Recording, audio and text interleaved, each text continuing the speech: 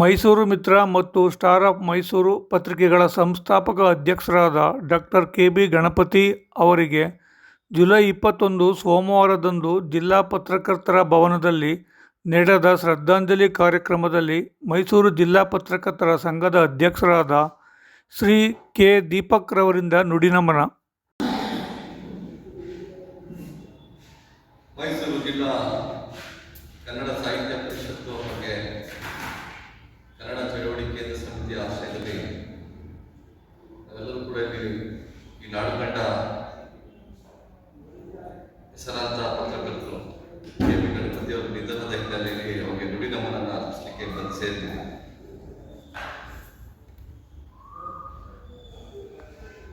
ಇತ್ತೀಚೆಗೆ ಅವರು ನಮ್ಮನ್ನೆಲ್ಲ ಕೂಡ ಆಗ್ತೀನಿ ಚುನಾವಣೆ ನಿಲ್ಲಲ್ಲ ಅನ್ನೋ ಮಾತನ್ನು ಹೇಳೋದು ಯಾವಾಗ. ಬಟ್ ಪ್ರಜಾಪ್ರಭುತ್ವ ವ್ಯವಸ್ಥೆಯಲ್ಲಿ ಅನಿವಾರ್ಯವಾಗಿ ಪತ್ರಕರ್ತರ ಸಂಘದಲ್ಲಿ ಚುನಾವಣೆ ನಡೀಬೇಕಾದಂಥ ಸಂದರ್ಭ ಸೃಷ್ಟಿಯಾಯಿತು. ಅಧ್ಯಕ್ಷಗಳಾಗಿ ಇಲ್ಲಿ ತನಕ ಈ ಪರಂಪರೆ ನಡೆದು 2014ರಲ್ಲಿ ನಾನು ಮನೆಗೆ ಹೋದೆ. ನಾನು ಫಸ್ಟ್ ಟೈಮ್ ಅಧ್ಯಕ್ಷರಾಗಿ ನಿಂತಿದ್ದಂಥ ಟೈಮಲ್ಲಿ ಹೋದ್ವಿ. ನಾನು ನನ್ನ ಗೆಳೆಯರು 3 ಜನ ಗೆಳೆಯರೆಲ್ಲ ಹೊರಟೋದ್ವಿ. ಸರ್ ನಿಮ್ಗೆ ಅಧ್ಯಕ್ಷ ನಿಂತಿದ್ದೀನಿ ಅಂತ. ಏನು ಅಂತ ನಿಂದು ಇಡೀ ಮೈಸೂರು ಜಿಲ್ಲೆಯಲ್ಲಿ ಮೋದಿ ಥರ ಅಪಾಯದೈತೆ ಅಂತ.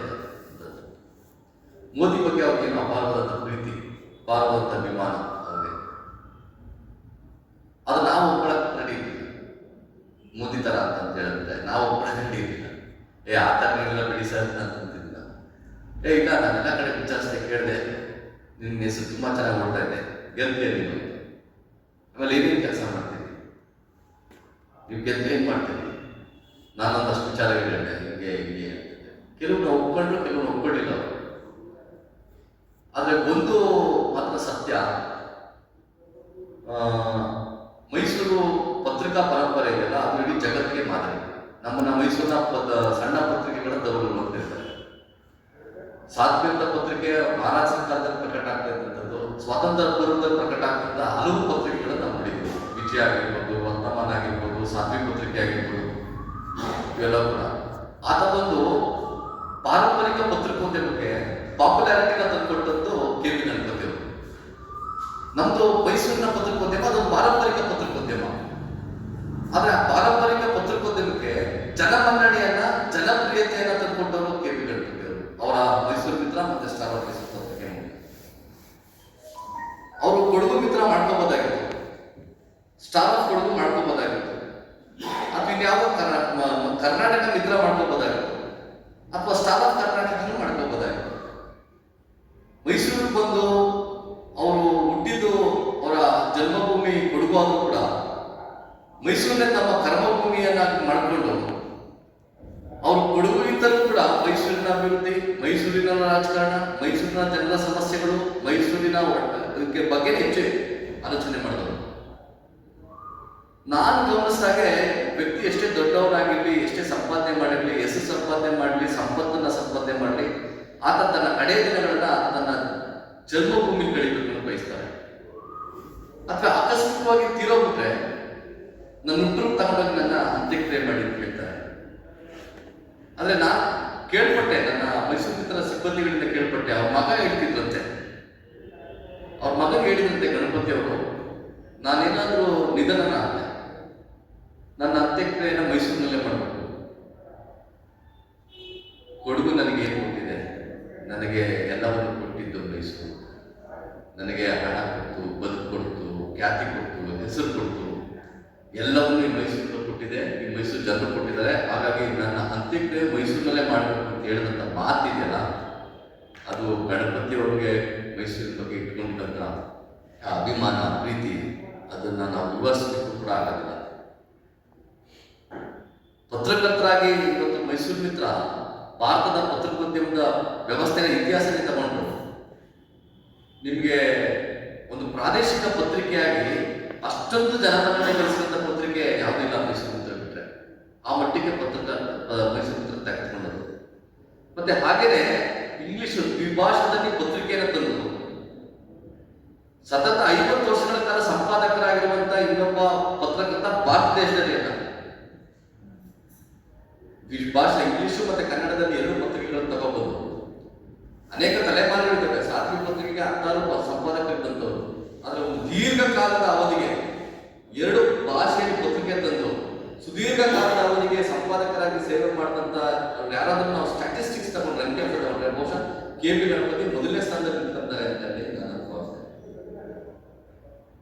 ಆಮೇಲೆ ನಾನು ಗೆಳೆಯರು ಯಾರೋ ಮಾತಾಡ್ತಿದ್ದೆ, ಯಾರೋ ಹೇಳಿದ್ರು ಒಂದು ಪತ್ರಿಕೆ ಇವರು ಶಿವಪ್ರಸಾದ್ ಅವರು ಪತ್ರಿಕೆ ನಡೆಸಿದ ಹೇಗೆ ಮುಂದಿನವರಿಗೆ ಒಂದು ರೋಲ್ ಮಾಡಲ್ಲ ಅಂತ ಹೇಳಿ. ಜನ ಹೇಳ್ತಾ ಇದ್ದೆ ಒಂದು ಗಾದೆ ಇತ್ತು, ನಿಮ್ಗೆ ಯಾರ ಮೇಲೆ ತುಂಬಾ ಸಿಟ್ಟಿದ್ರೆ ಆಕ್ರೋಶ ಇದ್ರೆ ಅವನ್ನ ಸರ್ವನಾಶ ಮಾಡ್ಬೇಕು, ಅವನ್ನ ವಿನಾಶ ಮಾಡ್ಬೇಕು ಅಂದ್ರೆ ಅವ್ರಿಗೆ ಪತ್ರಿಕೆ ಮಾಡೋದು ಐಡಿಯಾ ಹೇಳ್ಕೊಡಿ ಅಂತ ಹೇಳ್ತಿದ್ರು. ಇಲ್ಲ ಹಳೆ ಲಾರಿ ತಗೊಳ್ಳಿ ಅಂತ ಹೇಳಿ. ಅವ್ನಿಗೆ ಏನು ಮಾಡಿದೆ ಅವನ ಬದುಕನ್ನೇ ಹಾಳು ಮಾಡ್ಬೇಕಂದ್ರೆ ಅವ್ನಿಗೆ 2 ಐಡಿಯಾ ಕೊಡಿ ಅಂತ. ಇಲ್ಲ ಪತ್ರಿಕೆ ಮಾಡೋ ಚಪಲ ಸೀತಾನು ಅವ್ನಿಗೆ ಹಳೆ ಲಾರಿ ತಗೊಂಡ್ಬಿಡಿ, ನೀವೇನು ಮಾಡಬೇಕಾಗಿದ್ದಿಲ್ಲ ಅವನೇ ಮುಳುಗೋಗ್ತಾನೆ ನನ್ನ ಮಗ ಅಂತ. ಅಂದ್ರೆ ಪತ್ರಿಕೆ ಬಗ್ಗೆ ಪತ್ರಿಕೋದ್ಯಮದ ಬಗ್ಗೆ ಆ ಒಂದು ಅಭಿಪ್ರಾಯ ಇದೆ. ಯಾಕಂದ್ರೆ ಪತ್ರಿಕೋದ್ಯಮ ಪತ್ರಿಕೆಯನ್ನು ನಡೆಸೋದು ಅಷ್ಟು ಸುಲಭದ ಮಾತಾಗಿರ್ಲಿಲ್ಲ. ಭಾರತದ ಮೊದಲ ಪತ್ರಿಕೆ ಬೆಂಗಾಲ್ ಗೆಜೆಟ್ ನ ಸಂಪಾದಕರು ಜಾರ್ಜ್ ಅಗಸ್ಟಸ್ ಸಿಕ್ಕಿ ಅವರು ಮಾತಾಡ್ತಾರೆ. ಪತ್ರಿಕೆ ಆರಂಭ ಮಾಡಿ ಫಸ್ಟ್ ಎಡಿಟೋರಿಯಲ್ ಮಾತಾಡ್ತಾರೆ. ನಾನು ಪತ್ರಿಕೆಗಳನ್ನು ಆರಂಭ ಮಾಡೋಕ್ಕೆ ನನಗೆ ಇಷ್ಟ ಇಲ್ಲ, ಯಾಕೆಂದ್ರೆ ನನ್ನ ದೇಹವನ್ನು ನಾನು ಗುಲಾಮಿಗಿರಿ ಇಷ್ಟಪಡೋದಿಲ್ಲ. ಆಮೇಲೆ ನನ್ನ ದೇಹ ಕಷ್ಟದ ಕೆಲಸ ಮಾಡಕ್ಕೆ ಕೂಡ ಒಪ್ಪೋದಿಲ್ಲ. ಆದ್ರೆ ನನ್ನ ಆತ್ಮಕ್ಕೆ ಸ್ವಾತಂತ್ರ್ಯವನ್ನು ತಂದುಕೊಳ್ಳಲಿಕ್ಕೆ ನನ್ನ ದೇಹ ಬೇಕಾದ್ರೆ ನಾನು ಗುಲಾಮಿಗಿರಿ ಇಡ್ತೀನಿ ಅಂತೇಳಿ ಮೊದಲನೇ ಎಡಿಟೋರಿಯಲ್ ಬರುತ್ತಾರೆ. ಜಾರ್ಜ್ ಅಗಸ್ಟಸ್ಗೆ ಭಾರತದ ಮೊದಲನೇ ಪತ್ರಿಕೆ, ಮೊದಲನೇ ಎಡಿಟೋರಿಯಲ್, ಮೊದಲನೇ ಎಡಿಟರ್ ಬರ್ತದೆ. ಅಂದ್ರೆ ಮೊದಲನೇ ಸಂಪಾದಕ, ಮೊದಲನೇ ಪತ್ರಿಕೆಯವರಿಗೆ ಗೊತ್ತಿತ್ತು ಪತ್ರಿಕೆ ಮಾಡೋದು ಸುಲಭ ಅಲ್ಲ, ಇದು ದೇಹವನ್ನು ದಂಡಿಸಬೇಕು, ಮನೆಯನ್ನು ಕಟ್ಟಬೇಕು, ಹಣ ಇವೆಲ್ಲ ಗೊತ್ತಿತ್ತು. ಈ ಅಂತ ಒಂದು ಪರಂಪರೆ ಒಳಗಡೆ KBG ಅವರು 2 ಪತ್ರಿಕೆಗಳನ್ನ ಒಂದೇ ಒಂದು ದಿನ ಕೂಡ ನಿಲ್ಲಿಸದೆ ಆ ಪತ್ರಿಕೆಗಳನ್ನ 4 ದಶಕಗಳಿಗೆ ಹೆಚ್ಚು ಕಾಲ ನಡೆಸಿಕೊಂಡು ಆ ಪತ್ರಿಕೋದ್ಯಮಕ್ಕೆ ಒಂದು ಕಾರ್ಪೊರೇಟ್ ಸೆಕ್ಟರ್ ಕೊಟ್ಟದ್ದು ನೋಡಿ. ತುಂಬಾ ದುರಂತ ಸಂಗತಿ ನಾನು ಹೇಳಲೇಬೇಕಾದಂತ ಅಂಶ ಏನಂದ್ರೆ, ಪತ್ರಕರ್ತ ನಮಗೆ ಯಾವ ಸ್ನೇಹಿತರು ಹುಡುಗಿ ನೋಡಕ್ ಹೋಗಿದ್ರಂತೆ. ನಾವು ಪತ್ರಕರ್ತೆ ಹುಡುಗಿ ನೋಡಕ್ ಹೋದಾಗ ಅವರು ಮನೆಗೆ ಹೋಗ್ಬಿಟ್ಟು ಕೇಳಿದಂತೆ ಏನ್ ಕೆಲಸ ಮಾಡ್ತಾ ಇದ್ದೀನಿ, ನಾನು ಪತ್ರಕರ್ತನಾಗಿದ್ದೀನಿ, ಈ ತರ ಪತ್ರಿಕೆ ಕೆಲಸ ಮಾಡ್ತಾ ಇದ್ದೀನಿ, ನನ್ನ ತಂದೆ ತಾಯಿ ಹಿಂಗೆಲ್ಲ ಅಂತ ಹೇಳಿದ್ರು. ಆ ಹುಡುಗಿ ತಂದೆ ಹೇಳ್ತಂತೆ, ಸರಿ ಪತ್ರಕರ್ತನಾಗಿದ್ದೀನಿ, ಜೀವನಕ್ಕೆ ಏನ್ ಮಾಡ್ಕೊಂಡಿದ್ದೀನಿ ನೀನು ಅಂತ. ಪತ್ರಕೋದ್ಯಮದಲ್ಲಿ ಜೀವನ ಕಟ್ಕೊಳಕ್ ಆಗಲ್ಲ ಅನ್ನೋ ಸತ್ಯ.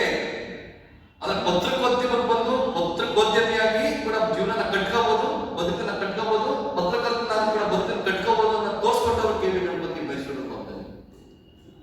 ಆ ಕಾರಣಕ್ಕಾಗಿ ಅವ್ರ ಬಗ್ಗೆ ನನಗೆ ಭಯ ಅನಿಸುತ್ತೆ.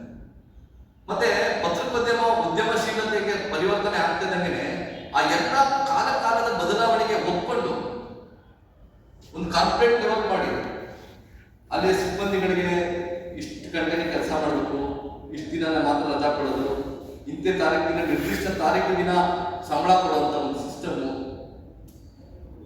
ಅವ್ರಿಗೆ PF ESI ಕೊಡುವಂತ ಒಂದು ಸಿಸ್ಟಮು, ಅವ್ರಿಗೆ ಟ್ರಾವೆಲಿಂಗ್ ಅಲೌನ್ಸ್ ಕೊಡುವಂತ ಒಂದು ಸಿಸ್ಟಮು, ಪೆಟ್ರೋಲ್ಗೆ ಕಾಸು ಕೊಡುವಂತ ಒಂದು ಸಿಸ್ಟಮು, ಈ ಎಲ್ಲ ವ್ಯವಸ್ಥೆಗಳನ್ನ ಏನು ಒಂದು ಉದ್ಯಮಶೀಲತೆಗೆ ಬೇಕಾದಂತ ಎಲ್ಲ ಗುಣಗಳನ್ನ ಪತ್ರಿಕೆ ಒಳಗಡೆ ಅಡಾಪ್ಟ್ ಮಾಡಿಕೊಂಡು ಪಕ್ಕ ಉದ್ಯಮಶೀಲತೆಯನ್ನ ಮೆರೆದಂತವರು KB ಗಣಪತಿ. ಅವರಲ್ಲಿ 2 ಗುಣ ನಾನು ಒಂದು ವೃತ್ತಿಪರತೆ, ಇನ್ನೊಂದು ಉದ್ಯಮಶೀಲತೆ. ತುಂಬಾ ಸಂದರ್ಭದಲ್ಲಿ ಪತ್ರಿಕೆಗಳು ಯಾಕೆ ಸತ್ತೋಗ್ತವೆ ಅಂದ್ರೆ ಅವ್ರಿಗೆ ವೃತ್ತಿಪರತೆ ಇರ್ತದೆ, ಉದ್ಯಮಶೀಲತೆ ಇರೋದಿಲ್ಲ. ತುಂಬಾ ಸಂದರ್ಭದಲ್ಲಿ ಉದ್ಯಮಶೀಲತೆ ಇರ್ತದೆ, ವೃತ್ತಿಪರತೆ ಇರಲ್ಲ, ಆ ಪತ್ರಿಕೋದ್ಯಮದ ಮೌಲ್ಯ ಕುಸಿದು ಹೋಗ್ತದೆ.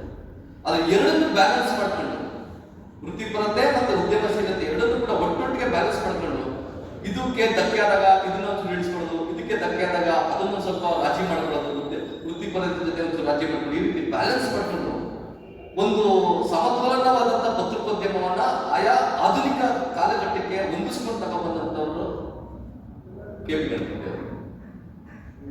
ಜೊತೆಗೆ ಅವರ ಕಂಡಂತ ನಾವು ಗುಣ ಏನಂತಂದ್ರೆ, ಅವರು ಒಂದು ಸೀಮಿತವಾದ ಜಗತ್ತನ್ನು ಕಟ್ಕೊಂಡಿದ್ರು. ಅವ್ರದೇ ಆದಂತ ಜಗತ್ತು, ಅವ್ರದೇ ಆದಂತ ಒಂದು ಸರ್ಕಲ್, ಒಂದು ಫ್ರೆಂಡ್ ಸರ್ಕಲ್, ಒಂದು ಇಂಟೆಲೆಕ್ಚುಯಲ್ ಟೀಮು, ಅವ್ರದೇ ಆದಂತ ಇತ್ತು ಅವ್ರಿಗೆ. ಅವ್ರಿಗೆ ಬಲಪಂಥೀಯ ಎಡಪಂಥೀಯ ಅನ್ನುವ ಧೋರಣೆಗಳಿಗಿಂತ ಹೆಚ್ಚಾಗಿ ರಾಷ್ಟ್ರೀಯತೆಯ ಬಗ್ಗೆ ಭಾರಿ ಅಭಿಮಾನ ಇದೆ. ಯಾಕಂದ್ರೆ ಕೊಡಗು ಮೂಲದಿಂದ ಬಂದಂತ ಈ ಹಿನ್ನೆಲೆಯಲ್ಲಿ ಅವ್ರ ರಾಷ್ಟ್ರೀಯತೆ, ನ್ಯಾಷನಾಲಿಟಿ ಬಗ್ಗೆ ಅವ್ರಿಗೆ ಭಾರಿ ಆದ್ಯತೆಗಳನ್ನ ಅವರು ಬಲಪಂಥೀಯ ಚಿಂತನೆಗಳಿಗೆ ಕೊಡ್ತಿದ್ರು ಅನ್ನೋದು ಪತ್ರಕರ್ತನಾಗಿ ನನ್ನ ಗ್ರಹಿಕೆ. ಆದ್ರೆ ಅವ್ರು ಯಾವ ಸಿದ್ಧಾಂತವನ್ನ ನಂಬಿದ್ರು ಅದ್ರ ಬಗ್ಗೆ ಅವ್ರಿಗೆ ಕ್ಲಾರಿಟಿ ಇತ್ತು. ಅದು ದಟ್ ಈಸ್ ಮೋಸ್ಟ್ ಇಂಪಾರ್ಟೆಂಟ್. ನೀವು ಯಾವ ಸಿದ್ಧಾಂತ ಪ್ರತಿಪಾದನೆ ನೋಡ್ರಿ, ನಂದೊಂದು ತರ ಸಿದ್ಧಾಂತ, ಮಡಿಗೆರೆ ಗೋಪಾಲ್ ಸರ್ ಒಂದು ಸಿದ್ಧಾಂತ, ಮುಂದೆ ನಂಜುಂಡ ಒಂದು ಸಿದ್ಧಾಂತ ಇರುತ್ತೆ. ನೀವು ಯಾವ್ದಾದ್ರು ಸಿದ್ಧಾಂತವನ್ನ ರೂಢಿಸ್ಕೊಳ್ಳಿ, ಅದನ್ನ ಪಾಲಿಸಿ. ಆದ್ರೆ ನೀವು ನಂಬಿರೋ ಸಿದ್ಧಾಂತದ ಬಗ್ಗೆ ನಿಮ್ಗೊಂದು ಕ್ಲಾರಿಟಿ ಇರಬೇಕು, ಗೊಂದಲ ಇರಬಾರ್ದು. ಆ ರೀತಿ ಅವರೇ ನಂಬಿದಂತ ಸಿದ್ಧಾಂತದ ಬಗ್ಗೆ ಅವರ ಕ್ಲಾರಿಟಿ ಇತ್ತು, ಆ ಕಾರಣಕ್ಕೆ ಅವ್ರನ್ನ ನಾವು ಒಪ್ಲೇಬೇಕಾಗ್ತದೆ. ಅದರಿಂದ ಇವತ್ತು ಒಂದು ಲೈಫಲ್ಲಿ ತುಂಬಾ ಅವರು ಒಂದು ರೀತಿ ಜೀವನನ ಅತ್ಯಂತ ಸಮರ್ಥವಾಗಿ ಎದುರಿಸ್ತದ್ದು. ಪತ್ರಿಕೆ ನಡೆಸಕ್ಕೆ ಎಷ್ಟು ಕಷ್ಟಪಟ್ಟರು ಅಷ್ಟೇ ಪತ್ರಿಕೆ ಅವ್ರಿಗೆಲ್ಲವನ್ನೂ ತಂದುಕೊಟ್ಟಿದ್ರು. ಆದ್ರೆ ಜೀವನದ ನಿಜ ಸತ್ಯಗಳ ಅರಿವಿದ್ದಂತ ಎಮೋಷನಲ್ ಅಲ್ಲ, ಇಟ್ ವಾಸ್ ವೆರಿ ಪ್ರಾಕ್ಟಿಕಲ್. ತುಂಬಾ ಪ್ರಾಕ್ಟಿಕಲ್ ಆಗಿದೆ. ಬದುಕು ಅಂದ್ರೆ ಏನು, ಜೀವನ ಅಂದ್ರೆ ಏನು, ನಾವೇನ್ ಮಾಡಬೇಕು, ಏನ್ ಮಾಡಬಾರ್ದು, ನಾನು ಹೆಂಗಿರ್ಬೇಕು, ಪ್ರತಿ ಕ್ಷಣದೂ ಕೂಡ ಮನುಷ್ಯ ಆ ಕ್ಷಣವನ್ನ ಎಂಜಾಯ್ ಮಾಡಬೇಕು, ಸುಖ ಪಡಬೇಕು ಅನ್ನುವಂಥದ್ದು ಅದನ್ನ ಅಕ್ಷರಶಃ ಅಡಾಪ್ಟ್ ಮಾಡ್ಕೊಂಡಿದ್ರು. ಕೊರಗ್ದವರಲ್ಲ, ಮರುಗ್ದವರಲ್ಲ, ದುಃಖ ಪಟ್ಟವರಲ್ಲ, ದೀರ್ಘಕಾಲಕ್ಕೆ ಯಾರು ದ್ವೇಷ ಮಾಡಿದವರಲ್ಲ, ದೀರ್ಘಕಾಲಕ್ಕೆ ಯಾರು ಸತ್ತತ್ವವನ್ನು ಅಲ್ಲಿ ಇಟ್ಕೊಂಡವರಲ್ಲ. ನಾನು ಮೈಸೂರು ಮಿತ್ರ ಪತ್ರಿಕೆಯ ಕೆಲವು ನೋಡಿ, ನಾನೊಬ್ಬ ಪತ್ರಕರ್ತರ ಸಂಘದ ಅಧ್ಯಕ್ಷನಾಗಿ ನಾನು ನನ್ನ ಚಿಂತನೆ ಏನಿರುತ್ತೆ, ನನ್ನ ಪತ್ರಕರ್ತರ ದುಡಿಯೋ ವರ್ಗದ ಪರ ನನ್ನ ಚಿಂತನೆ ಇರ್ತದೆ, ಸಂಬಳ ಪಡೆಯೋ ಬಗ್ಗೆ ನನ್ನ ಚಿಂತನೆ, ಅವರು ಸಂಬಳ ಕೊಡೋರು. ಅಂತ ಸಂದರ್ಭದಲ್ಲಿ ಸಂಘರ್ಷಣೆ ಇರ್ತದೆ, ತಾತ್ವಿಕವಾದಂತಹ ಸಂಘರ್ಷ, ವೈಚಾರಿಕವಾದಂತಹ ಸಂಘರ್ಷ, ಮಾಲೀಕರು ಮತ್ತೆ ಪತ್ರಕರ್ತರು ಇರ್ತದೆ. ಒಳಗಡೆ ಕೆಲಸ ಮಾಡೋರು ಹೇಳ್ಕೊಳ್ಳಲ್ಲ, ನಾವು ಅದನ್ನು ಅವ್ರ ಪರವಾಗಿ ನಿಂತಿರ್ತೀವಿ. ಅವಾಗ ಕೆಲವು ಧೋರಣೆಗಳನ್ನ ನಾನು ಪ್ರಶ್ನೆ ಮಾಡಿ KBG ಅವರಿಗೆ ಬಹಿರಂಗ ಪತ್ರ ಅಂತೇಳಿ, ಮೈಸೂರು ಮಿತ್ರ ಬಹಿರಂಗ ಪತ್ರ ಅಂತೇಳಿ ಬರೆದೆ. ಮೈಸೂರು ಮಿತ್ರದ ಒಳಗಡೆ ಏನೆಲ್ಲ ಸಮಸ್ಯೆಗಳಿದ್ದಾವೆ ಅಂತ ಬರೆದೆ. ಬಹುಶಃ ಹಾಗೇನಾದ್ರೂ ನನ್ನನ್ನ ಪ್ರಶ್ನೆ ಮಾಡಿ ಬರೆದುಬಿಟ್ಟಿದ್ರೆ ನಾನು ಅವ್ರನ್ನ ಕ್ಷಮಿಸ್ತಿದ್ದೆ ಗೊತ್ತಿಲ್ಲ, ಅಥವಾ ನಾನು ಅವ್ರನ್ನ ಯಾವ ಮುಖಾನ ನೋಡೋಣ ಗೊತ್ತಿಲ್ಲ. ಆ ಪುಸ್ತಕ ಬಿಡುಗಡೆ ಆದ ಒಂದು 15-20 ದಿನಕ್ಕೆ ಒಂದೇ ಕಾರ್ಯಕ್ರಮದಲ್ಲಿ ಒಂದೇ ವೇದಿಕೆ ಕೂತ್ಕೊಳ್ಬೇಕಾದ ಸಂದರ್ಭ ಬಂದಿತ್ತು. ಪುಸ್ತಕ ರಿಲೀಸ್ ಆಗಬೇಕು, ಮಾಧ್ಯಮದಲ್ಲಿ ತುಂಬಾ ದೊಡ್ಡ ಚರ್ಚೆ ಆಯ್ತು, ವಿವಾದಗಳಾಯ್ತು. ನಾನು ಅದೃಶ್ಯ ಮಾಧ್ಯಮ ಅಂತಾನೆ ಬರೆದಿದ್ದು ಪುಸ್ತಕ. ಯಾಕಂದ್ರೆ ಯಾವ್ದು ಕಾಣ್ತಾ ಇಲ್ವೋ ಅದನ್ನ ಜಗತ್ತಿಗೆ ಹೇಳಬೇಕು ಅಂತ ಬರೆದ್ವಿ. ಅದೇನು ನಮ್ಮ ಮನೆಯ ಸುದ್ದಿಯನ್ನೇ ನಾವು ಬರೆದ್ವಿ. ನನಗೆ ಅವ್ರಿಗೆ ಮುಖ ತೋರ್ಸಕ್ಕೆ ನನಗೆ ಆಗ್ತಾ ಇಲ್ಲ. 15-20 ದಿನ ಆಗಿದೆ ಆ ಪುಸ್ತಕ ರಿಲೀಸ್ ಆಗಿ. ಗಣಪತಿ ಅವ್ರನ್ನ ಪ್ರಶ್ನೆ ಮಾಡಿ ಬಹಿರಂಗ ಆದ್ರೆ ಅವರು ಹಿಂಗೆ ನೋಡ್ಬಿಟ್ಟು ಪಕ್ಕದಲ್ಲಿ ಹೇಳ್ಬಿಟ್ಟು ದೀಪಕ್ ಕೇಳಿ ನೋಡ್ಬಿಟ್ಟು ಅವ್ರು ನನ್ನ ಶೇಖರಣೆ ಮಾಡ್ಬಿಟ್ಟು ಹೇಗಿದ್ದೀರಿ ದೀಪಕ್, ಚೆನ್ನಾಗಿದ್ದೀನ ಅಂತ. ಅವಾಗ ನಮ್ಮ ಅನಿಸ್ಬಿಟ್ಟು ನಾವು ಎಷ್ಟು ಸಣ್ಣ ಅಂದ್ರೆ ಅದು ಮನುಷ್ಯನಿಗೆ ದೀರ್ಘ ದ್ವೇಷ, ಹಸುವೆ, ಹೊಟ್ಟೆ ಕಿಚ್ಚು ಅದರದ್ದೇನಿಲ್ಲ. ಆದ್ರೆ ಪತ್ರಕರ್ತನಲ್ಲಿ ಒಂಥರ ಕೋಟಿ ಮತ್ತೆ ಗಣಪತಿ ಜುಗಲ್ ಬಂದಿದ್ದಂಗೆ. ಇವ್ರು ಏನ್ ಮಾಡ್ತಾರೆ ಅದನ್ನ ಅವ್ರು ಮಾಡೋದು, ಅವ್ರೇನ್ ಮಾಡ್ತಾರೆ ಅದನ್ನ ಇವ್ರು ಮಾಡೋದು. ನಾವೇನಾದ್ರೂ ಸಂಘಕ್ಕೆ ಏನಾದ್ರು ಸಹಾಯ ಮಾಡ್ಬೇಕು ಅಂದ್ರೆ ಸುಮ್ಮನೆ ಹೇಳ್ಬಿಡ ಸರ್, ಕೋಟಿಯವರು 50,000 ಕೊಡ್ತೀನಿ ಅಂತ ಹೇಳ್ಬಿಟ್ಟು ನಂದು 50,000. ಅವ್ರು ನೋಡಿ ಗಣಪತಿ ಅವರು 50,000 ಕೊಡ್ತೀನಿ ಅಂತ ಹೇಳಿದ್ದಾರೆ ಸರ್, ಬರ್ಕೊಳ್ರಿ ನಂದು 50,000 ಅಂತ. ಅವ್ರು ಅಷ್ಟ ಇದ್ರು ಕೂಡ, ಅಂದ್ರೆ ವೈಚಾರಿಕವಾದ ಭಿನ್ನತೆ ಇದ್ರು ಕೂಡ ನನಗೆ ಒಬ್ಬ ಹೊರಗಡೆ ನಿಂತ್ಕೊಂಡು ಅಥವಾ ಒಬ್ಬ ಮೈಸೂರಿಗೆ ಅಥವಾ ಪತ್ರಕರ್ತರಿಗೆ ನನಗನ್ಸಿದ್ದು ಇವೆರಡು ಕೂಡ ಪತ್ರಕರ್ತರು ಎರಡು ಕಣ್ಗಳು, ನೋಟ ಒಂದೇನೆ, ಎರಡು ಕಣ್ಣು ನೋಟ ಒಂದೇನೆ. ಅದೇನಾದ್ರೆ ಸಮಾಜಕ್ಕೆ ಕೆಲಸ ಮಾಡಬೇಕು. ಒಂದ್ಸತಿ ಪತ್ರಿಕಾ ವಿತರಕರ ಸಂಘದ್ದು ದಶಮಾನೋತ್ಸವ ಕಾರ್ಯಕ್ರಮ, ನಾನು ವಿತರಕರಿಗೆ ಏನಾದ್ರು ಸಹಾಯ ಮಾಡಬೇಕು ಅಂತೇಳಿ ಮೈಸೂರು ಜಿಲ್ಲಾ ಸಂಘದಿಂದ 1 ಲಕ್ಷ ರೂಪಾಯಿ ಸುರಕ್ಷಾ ನಿಧಿಗೆ ಕೊಡಬೇಕು ಅಂತ ತೀರ್ಮಾನ ಮಾಡಿ ಅವ್ರು 1 ಲಕ್ಷ ಕೊಡಬೇಕು. ಇನ್ನು ಸಂಪಾದಕರು ಯಾರು ತುಂಬಾ ಪ್ರಮುಖ ಸಂಪಾದಕರು, ಗಣಪತಿಯವರು, ಕೋಟಿಯವರು ಮತ್ತೆ ವಾಸು ಅವರೆಲ್ಲ, ಅವರಲ್ಲಿ ಜಿಜ್ಞಾಸೆ, ಸರ್ ನಾವು 1 ಲಕ್ಷ ಕೊಟ್ಟಿದ್ದೀವಿ, ನೀವು ಎಷ್ಟು ಕೊಡ್ತೀರಾ ಕೊಡಿ ಅಂತ. ಅವ್ರು 3 ಜನದಲ್ಲಿ ಗಣಪತಿಯವ್ರು ಕೇಳಿದ್ರೆ ಕೋಟಿ ಎಷ್ಟು ಕೊಡ್ತು ಅಂತ ಕೇಳೋದು, ಕೋಟಿಯವ್ರು ಕೇಳಿದ್ರೆ ಗಣಪತಿ ಎಷ್ಟು ಕೊಡ್ತಾ ಇದ್ದಾರೆ ಅಂತ ಕೇಳೋದು, ವಾಸು ಅವ್ರು ಕೇಳಿದ್ರೆ ಕೋಟಿ ಮತ್ತೆ ಗಣಪತಿಯವ್ರು ಎಷ್ಟು ಕೊಡ್ತಾರೆ ಅಂತ ಕೇಳೋದು. ಇಂಥ ಬ್ಯೂಟಿ ಅಂದ್ರೆ ನಾನು ಹೇಳ್ತಿರೋದು ಅಷ್ಟು ಈಗ ನಮ್ಗೆ ನಿಜವಾದ ದುಃಖ ಆಗುತ್ತೆ. ಅದು ಒಂದು ಸಂತೋಷ ಸಂಗತಿಯಿಂದ ಅಂತಹ ಒಬ್ಬ ಕೃಷ್ಣಮಠಂ ಅಂತವರು, ಗಣಪತಿ ಅಂತವರು, ಕೋಟಿ ಅಂತವರು, ರಾಮಣ್ಣ ಅಂತವರು, ಇಂಥವ್ರನ್ನೆಲ್ಲ ನಾವು ಕಣ್ಣಾರೆ ನೋಡಿ ಅವ್ರ ಜೊತೆ ಕೆಲಸ ಮಾಡಕ್ಕೆ ನಮ್ಗೆ ಅವಕಾಶ ಸಿಕ್ತು, ಅವ್ರ ಜೊತೆ ಕೆಲಸ ಮಾಡಕ್ಕೆ ಅವಕಾಶ ಸಿಕ್ತು. ಇವತ್ತು ನಮಗೆ ಕೃಷ್ಣಮಠಂ ಕೂಡ ನಮ್ಗೆ ಸಹೋದ್ಯೋಗಿನೇ, ಮಾದೇವಪ್ಪನವರು ಸಹೋದ್ಯೋಗಿನೇ, ನಮಗೆ ಕೂತಿರೋ ಗಣೇಶ್ ಕೂಡ ಸಹೋದ್ಯೋಗಿನೇ. ನಮಗೆ ಅದೊಂದು ದೊಡ್ಡ ಜನರೇಷನ್ ಪರಂಪರೆನ ನಮ್ಗೆ ಸಿಕ್ತ ಅವಕಾಶ.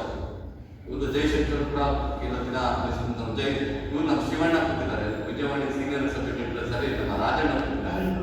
ರಾಜಣ್ಣ ಕೂಡ ಅವ್ರ ಜೊತೆಗೆ ಭಾರಿ ಒಡನಾಟ ಮಾಡಿದ್ರು. ಅದು ಜೊತೆಗೆ ಒಂದು ಗಣಪತಿಯವ್ರ ಬಗ್ಗೆ ನಾವು ಅಪ್ರಿಷಿಯೇಟ್ ಮಾಡಲೇಬೇಕಾದಂಥದ್ದು ಕಡೆಯದಾಗ ಒಂದು ಮಾತು ಹೇಳಿ ಈ ನಾಡಿಗೆ ಒಳ್ಳೊಳ್ಳೆ ಪತ್ರಕರ್ತರು ಇವತ್ತು ನೀವು ಎಲ್ಲೇ ಹೋಗಿ ಕರ್ನಾಟಕದ ಯಾವುದೇ ಮೂಲೆ ಹೋಗಿ ಯಶವಂತಿತ್ರ ಆಂದೋಲನ ಪ್ರಜಾನತಿ ಮೂರುವೇ ದೊಡ್ಡ ಒಳ್ಳೊಳ್ಳೆ ಪತ್ರಕರ್ತರನ್ನ ಬರಹಗಾರರನ್ನ ಈ ನಾಡಿಗೆ ಕೊಡ್ತಕ್ಕಂಥದ್ದು ಅದಾದ್ರೆ ಅವರು ಒಂಥರ ಕಾರ್ಯಾಗಾರಗಳಾಗಿ ಪತ್ರಕರ್ತರನ್ನ ತಯಾರು ಮಾಡುವಂಥ ಕಾರ್ಯಾಗಾರಗಳ ಕೆಲಸ ಮಾಡಿ ವರ್ಕ್ಶಾಪ್ಗಳು ನಿಮ್ಗೆ ಯಾವುದೇ ರಾಜ್ಯ ಮಟ್ಟದ ಪತ್ರಿಕೆ ರಾಷ್ಟ್ರ ಮಟ್ಟದ ಪತ್ರಿಕೆ ಯಾವುದೇ ಒಬ್ಬರು ನಿಮ್ಗೆ ಹೆಂಗ್ ಕೆಲಸ ಮಾಡ್ತಿದ್ರೆ ಅಂತಂದ್ರೆ ನಾವು ಆಂದೋಲನ ಮೈಸೂರಿನ ಅಂದ್ರೆ ಇಂಟರ್ನೆಟ್ ಮಾಡ್ತಿರ್ಲಿಲ್ಲ ರೀ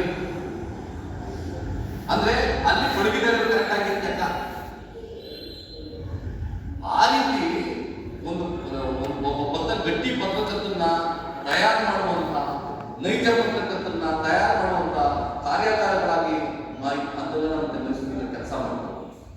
ಆ ಕಾರಣಕ್ಕಾಗಿ ಇವತ್ತು ಇಷ್ಟೆಲ್ಲ ಮಾಧ್ಯಮದ ಕ್ಷೇತ್ರದ ಪಲ್ಲಟಗಳ ನಡುವೆ ಬದಲಾದ ಕಾಲಕಾಲದ ನಡುವೆ ಮೈಸೂರಿನ ಪತ್ರಿಕೋದ್ಯಮಕ್ಕೆ ಮೈಸೂರಿನ ಪತ್ರಕರ್ತರಿಗೆ ಕನಿಷ್ಠ ವಿಶ್ವಾಸಾರ್ಹತೆನ ಮೈಸೂರಿನ ಪತ್ರಿಕೋದ್ಯಮ ಮತ್ತೆ ಪತ್ರಕರ್ತರು ಉಳಿಸ್ಕೊಂಡಿದ್ದಾರೆ. ಹಾಗೆ ಉಳಿಸ್ಕೊಳ್ಳಿಕ್ಕೆ ಸಾಧ್ಯ ಆಗಿದೆ ಅದು ಗಣಪತಿ ಅಂತವರಿಂದ, ಕೋಟಿ ಅವರಿಂದ, ಕೃಷ್ಣಮಠವಂತವರಿಂದ ಅಂತ ಹೇಳ್ತಾ ನಾನು ಅವರ ನಿಧನಕ್ಕೆ ಸಂತಾಪವನ್ನು ಸೂಚಿಸಿ ಅವರ ಆತ್ಮಕ್ಕೆ ಶಾಂತಿಯನ್ನು ಕೋರಿ ನಾನು ಮಾತನ್ನು ಮುಗಿಸ್ತೇನೆ. ನಮಸ್ಕಾರ.